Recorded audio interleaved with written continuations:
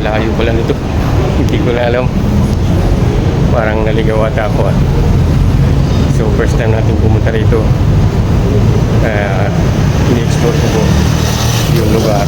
Kaya na po nagano. Yun ang mga kanyaman ng linis ng trend natin. Sobra ganda po. Kailan kaya tayo magkakaroon ng ganito? Tapos bababa tayo sa baba. Pinagdun po, underground po yung trend natin. Ang lalim po siya kalalim mga kanyaman.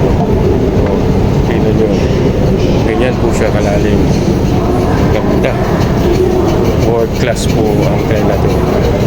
Meron pang babae na coach. Tapos dito tayo sa baba mga kanyaman. Dito tayo sa kabila. Ayan o.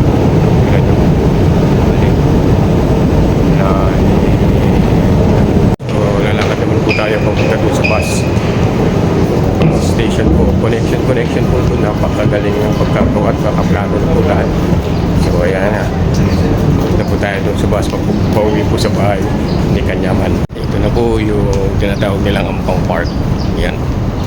Yan po yung Ampang Park. Diba? Ang ganda po, diba mga Kanyaman? Ang linis, diba?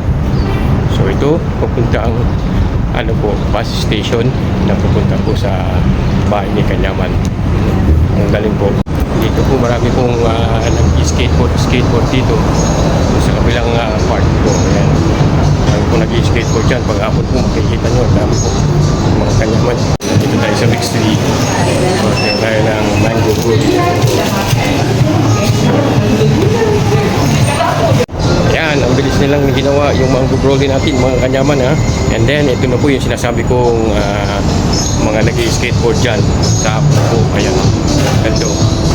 Lawak po niyan mga Kanyaman. Hanggang dun po yan. Dulo-dulo. Ang dami pong tao dyan pag hapon. At kapag hindi po umuulan, ang dami pong tao dyan. Pag umulan po syempre walang tao.